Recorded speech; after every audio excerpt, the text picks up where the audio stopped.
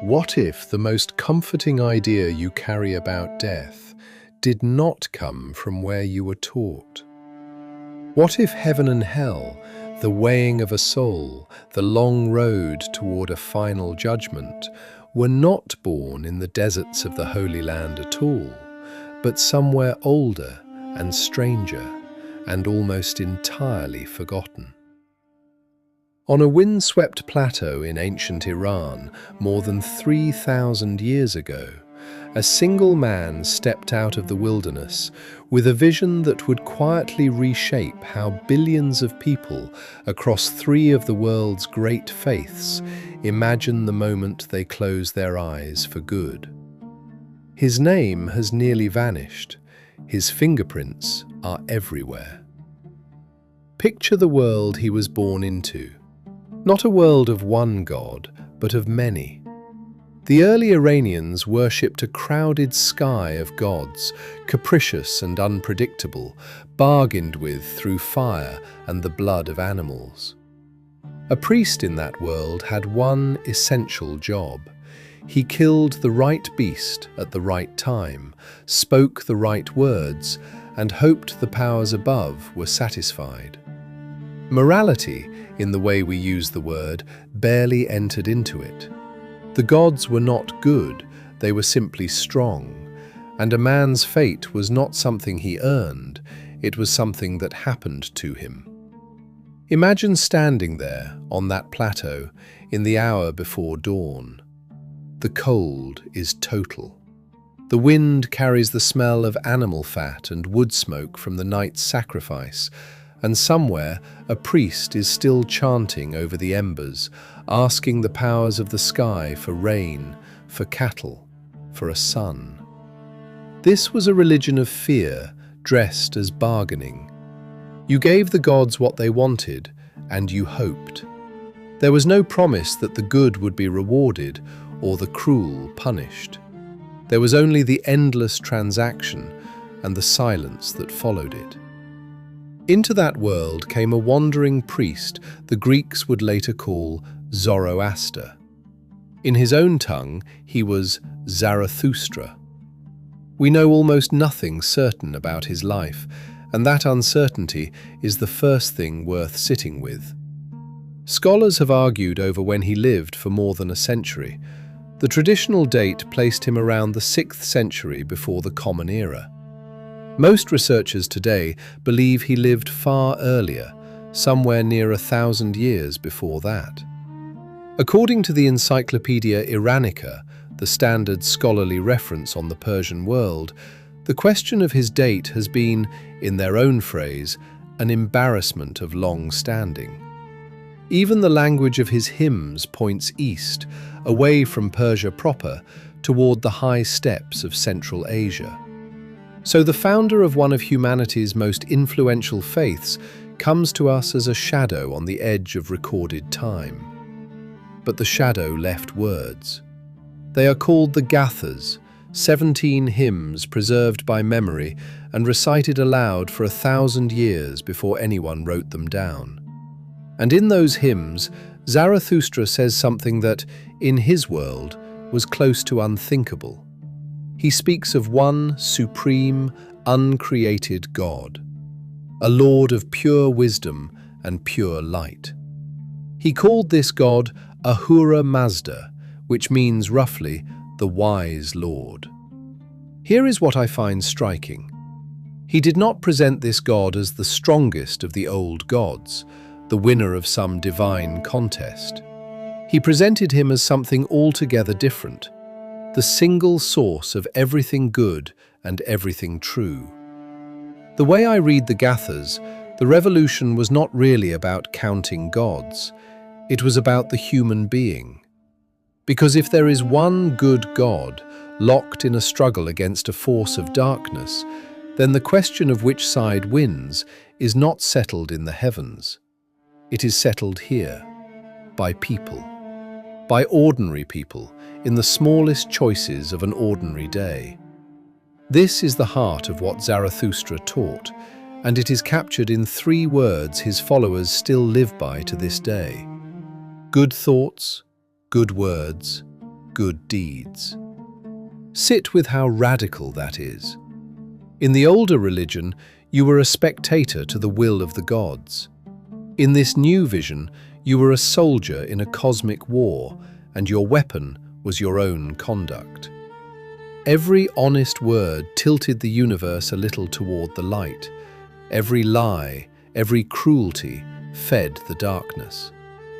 The scholar Mary Boyce, who spent a lifetime reconstructing this faith, argued that Zarathustra placed the prophet far earlier in time than tradition allowed, a claim that, when she published it, left more conservative scholars stunned. What none of them disputed was the moral architecture itself. For perhaps the first time, a faith had drawn a clear line through the center of the world, between truth and the lie, and asked each person which side they stood on. In the hymns, Ahura Mazda does not act alone. He works through a circle of holy beings, the Amesha Spentas, the bounteous immortals, each one the guardian of some piece of creation. Good mind, truth, devotion. They are less like the gods of old and more like the qualities a good person tries to cultivate, lifted up and made eternal. And here is the detail I keep returning to. In this vision, even these spirits were given a choice at the beginning of time. The constructive spirit and the destructive spirit each chose what they would become. Nothing about the war was predetermined. The universe was moral precisely because, at every level, from the highest spirit down to the poorest herdsman, someone was choosing. This wasn't the first time a thinker had wondered where evil comes from. Egypt had its underworld, Mesopotamia its capricious gods, and every culture told stories about chaos and order. But it may have been the first time anyone answered the problem of evil with such moral clarity, and then handed the answer to every person alive. You are not a pawn, you are a participant. The universe is keeping count of what you do. And notice what is missing from his oldest hymns. There is no devil, not yet, not a named one. When Zarathustra speaks of evil, he does not give it a face or a throne. He calls it simply the lie. In the original Iranian word druj, set against it stands asha, which means truth and order and the way things ought to be. The cosmic villain with a name and a will, the dark mirror of God, would come later in the hands of those who followed. In the beginning, there was only this, a choice between truth and falsehood running through every human heart. At the center of his worship stood fire, not as a god to be feared, but as a symbol, a visible trace of that pure and ordered light. In the temples that would later bear his name, a flame was kept burning and never allowed to die. The way I read this, the fire was a kind of argument made visible, light against dark, order against chaos, a small, tended brightness that a person had to choose again and again to keep alive. There is something almost unbearably human in that image. A flame is not safe. It is not permanent. It survives only because someone decides every single day that it should. You might think this is ancient history, the private concern of a faith most people have never heard of, but hold that thought. Because the ideas taking shape on that lonely plateau, the single good God, the struggle against darkness, the soul that must answer for its choices, were about to travel. They would cross deserts and empires. They would slip, almost unnoticed, into the bloodstream of religions that a third of the world still follows. What strikes me most is how completely we have forgotten the source. We speak of light and darkness, of good and evil, of the road that waits for us after death, and we rarely ask where that map was first drawn. Pull back far enough, and a strange pattern comes into view. The most powerful ideas in history are often the ones that lose their author. They become so woven into how we think that we stop seeing them as ideas at all. They feel less like inventions and more like simple facts about the world. The notion that your life is a moral test, that your choices are recorded somewhere, that there is a reckoning at the end of the road, none of that is obvious. Someone had to think it first. And what this tells us is simple and a little haunting. When you follow the evidence back, a great deal of it leads to a priest on a windswept plateau talking to a fire. It was drawn here, by a man whose face we will never see, whose voice survives only in a handful of hymns, standing before a fire on a cold plateau, insisting that the smallest human choice could tip the balance of everything. The candle he lit was passed from hand to hand for 3,000 years. Most of the people who carry it now have no idea whose flame it was.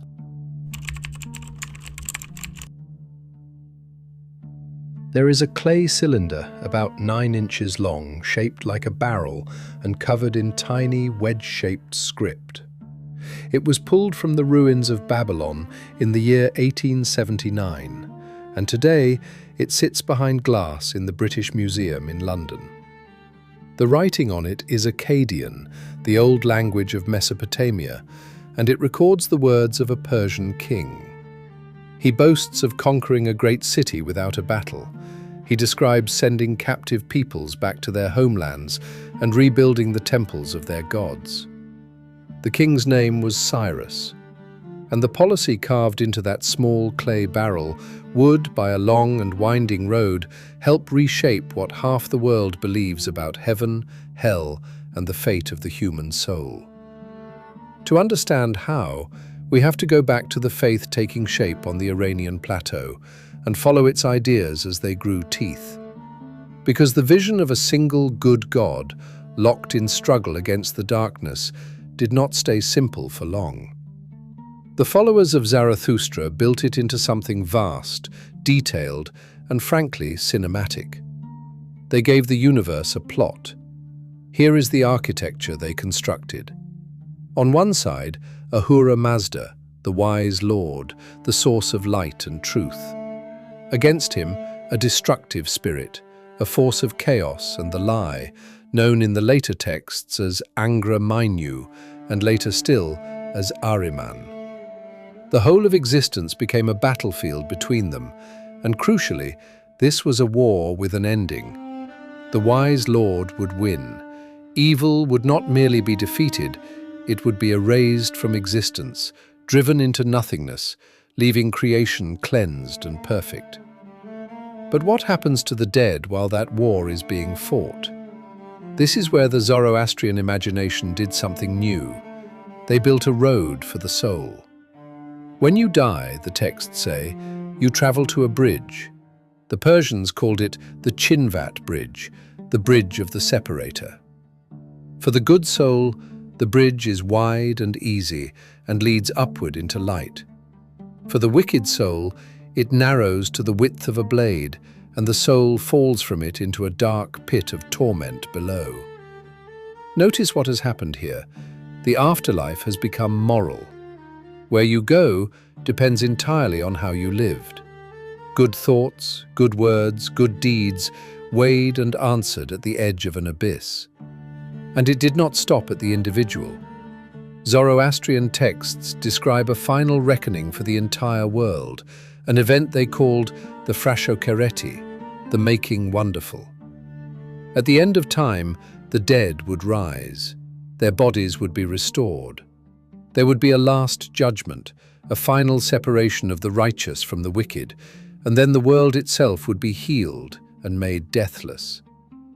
Leading this renewal would be a savior figure called the Saoshyant, born to bring benefit, who would raise the dead and preside over the final triumph of good.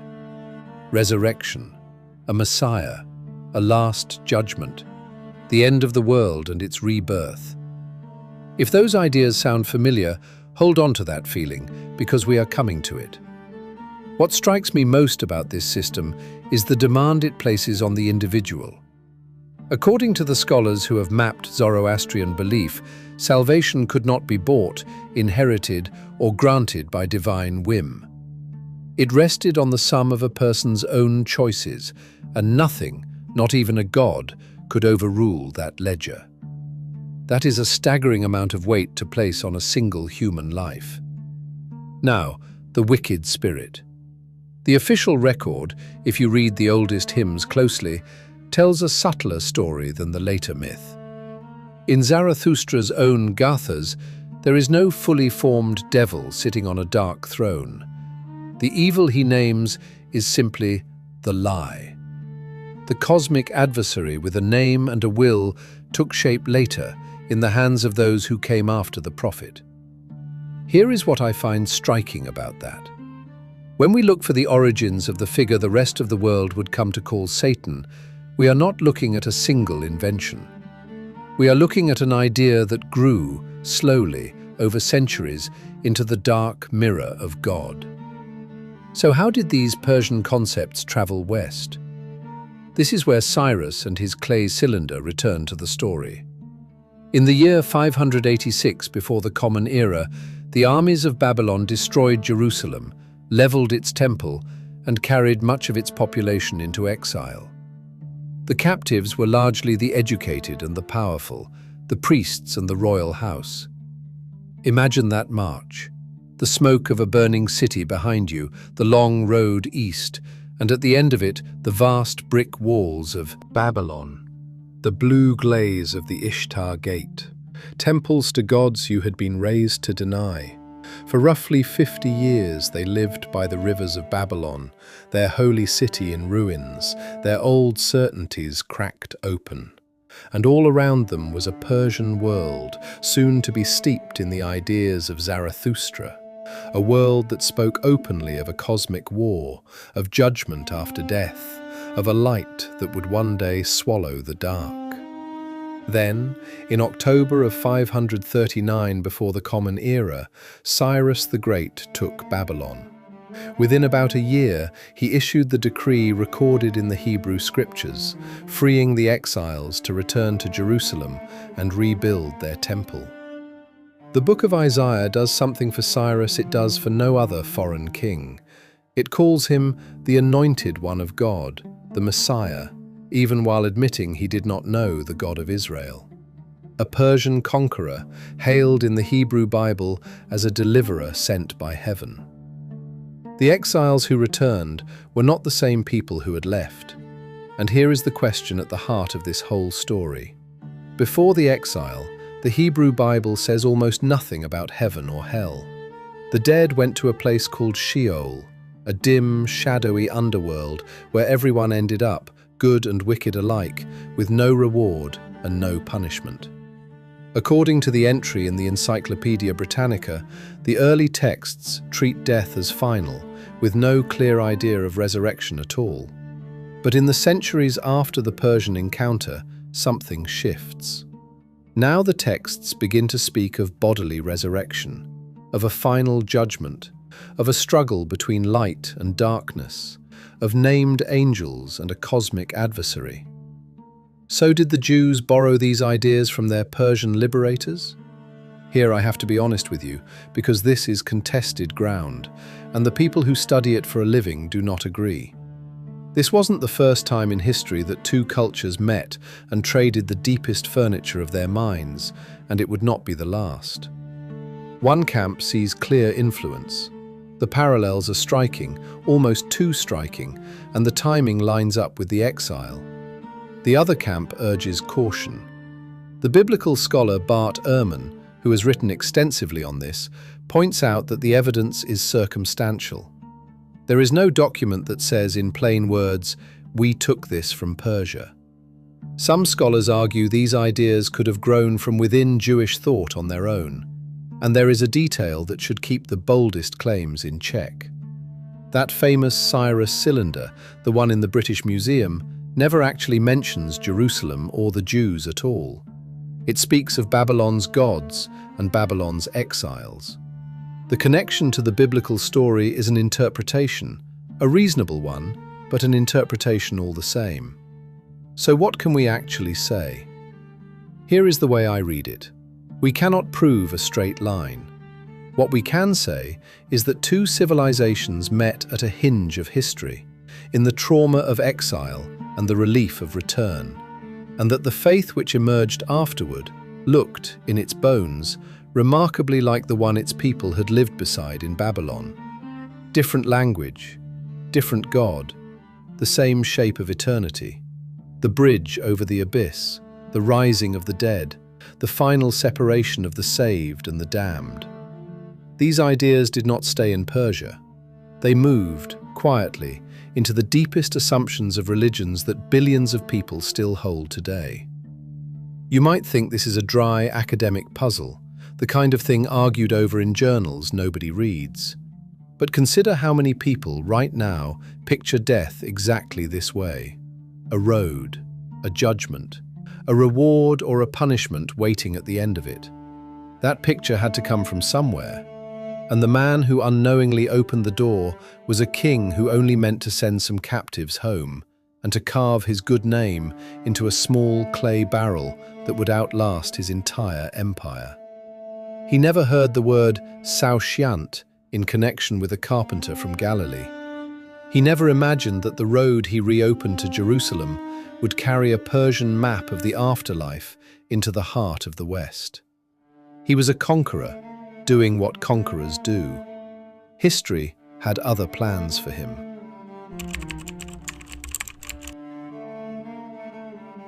What do we owe to the people we have forgotten? Not the famous ones, whose statues we keep and whose names we teach.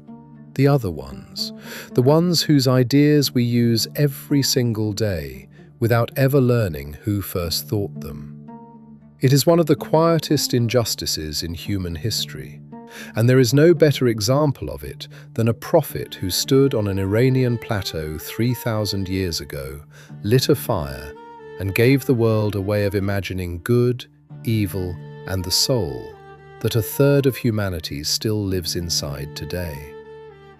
Let me draw the threads together, because the shape of this story only becomes clear when you step back from it.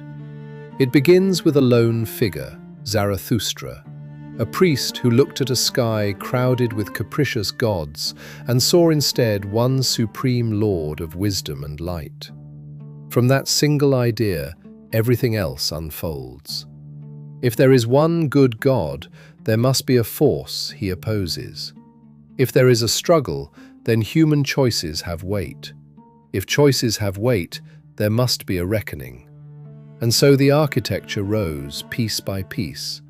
A bridge for the soul to cross, a judgment at its edge, a heaven of light and a pit of darkness, a final renewal of the world, led by a savior yet to come.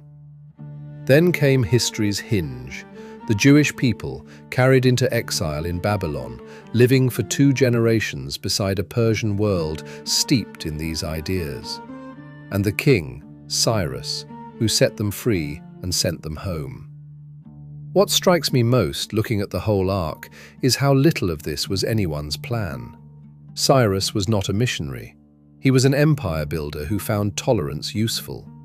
The exiles were not theology students. They were a traumatized people trying to rebuild a shattered faith. Nobody in this story sat down and decided to merge 2 religions.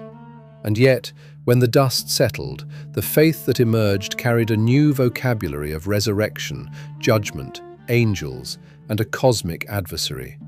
Ideas that would pass into Christianity and Islam and travel to every corner of the earth. I want to be careful here, because we walked through the caution in detail and it bears repeating. We cannot prove a clean line of transmission. The most respected scholars in the field genuinely disagree, and the honest position is to hold the parallels and the uncertainty at the same time. But here is what I find impossible to ignore. Before the encounter, the Hebrew scriptures describe death as a one-way trip to Sheol, a grey and silent place where everyone went, with no judgment waiting. After the encounter, the picture transforms. The way I read it, Something happened in those years that the surviving documents only half explain. The shape of eternity changed, and it did not stop with one people. What this tells us about the reach of an idea is almost dizzying. The framework that took form in Persia, the cosmic battle, the resurrection, the savior, the final judgment, would echo forward into Christianity, with its returning Messiah and its last days, and into Islam, with its day of reckoning and its bridge that the dead must cross. Three of the largest faiths on earth, carrying versions of a map first sketched on the Iranian plateau. This wasn't the first time a small tradition seeded a vast one, but few examples are so large or so completely forgotten by the very people who inherited the gift. Now, follow what became of the source. The faith of Zarathustra did not fade into obscurity quietly. For more than 1,000 years, it was the official religion of three great Persian empires, beginning with the one Cyrus founded, ending with the Sasanians. It was the spiritual engine of a superpower, the faith of kings and armies and vast fire temples whose flames were treated as living things. The Sasanian priests gathered the old oral hymns, the gathas that had been recited from memory for 1,000 years, and finally committed them to writing. For a moment, the tradition stood at its height, codified, powerful, secure. And then, in the 7th century of the Common Era, the armies of Islam swept across Persia. By the year 642, the last Zoroastrian empire had fallen. What followed was not a single catastrophe, but a long, slow erosion. Conversions spread across centuries, sometimes by persuasion, sometimes by pressure, sometimes by force. Fire temples went dark, and eventually a portion of the faithful made a fateful choice, gathering what they could carry and sailing east to the shores of India, where they were given refuge and where their descendants became known as the Parsis. They carried the fire with them. Quite literally, in some tellings, they carried embers of the sacred flame across the sea. Here is the detail that stops me cold. The religion that gave so much of the world its picture of the afterlife now has, by most counts, somewhere between 110,000 and 120,000 followers left on Earth. Once, they numbered in the millions. The largest community survives in India, perhaps 50 to 60,000 strong, concentrated in and around the city of Mumbai. In Iran, the ancient homeland, fewer than 25,000 remain. According to the demographers who track these numbers, the trend lines all point downward, driven by low birth rates, strict rules against conversion, and the steady migration of the young toward other countries and other lives. There is a real possibility that within a few generations, the faith could all but vanish as a living tradition. A religion that shaped how billions imagine heaven and hell may end as a footnote, its last fire temples maintained by an aging and dwindling few. Sit with the strangeness of that. The idea outlived the believers. The map outlived the mapmakers. Notice what that tells us about how culture actually works. The things that travel furthest are rarely buildings or empires or even names. They are ideas, quiet and weightless, slipping from one mind to the next, shedding their origins as they go. By the time an idea becomes universal, it has usually become anonymous. We stopped crediting Zarathustra not because we decided he did not matter, but because his thought became so common that it stopped looking like anyone's invention at all. It became simply the way things are. You might think this is a story only about the distant past, but pull back and it presses on the present in a way that is hard to shake. Consider how much of what any of us believes, in our bones, about right and wrong, about reward and punishment, about what waits at the end, was actually arrived at firsthand, and how much was inherited, passed down a chain so long that the first link is lost. We tend to imagine our deepest convictions as our own discoveries. More often they are gifts from the dead, handed to us with the labels worn off. The conviction that your life is a moral test, that there is a difference between a saved soul and a damned one, that history is moving towards some final resolution of good over evil, all of it has a history of its own. And a surprising amount of that history runs back through Babylon to a Persian fire. There is one image I keep returning to. In the fire temples of Yazd, in the deserts of Iran, a flame still burns. Some of these fires, the Zoroastrians say, have been kept alight for centuries, never once allowed to go out, tended by hand across generation after generation. The community around them grows smaller every year. The young leave for other countries, other lives. And still, someone rises in the dark and feeds the fire and keeps it burning one more day. That fire is the whole story, compressed into a single flame. A small, fragile brightness carried forward by people whose names we will never know, long after the world stopped remembering where the light first came from. Maybe that is what we owe the forgotten. Not statues, not credit even, just the honesty to admit, now and then, that we are warming ourselves at a fire someone else lit a very long time ago. The candle burns low, the questions don't. Until we meet again, stay curious.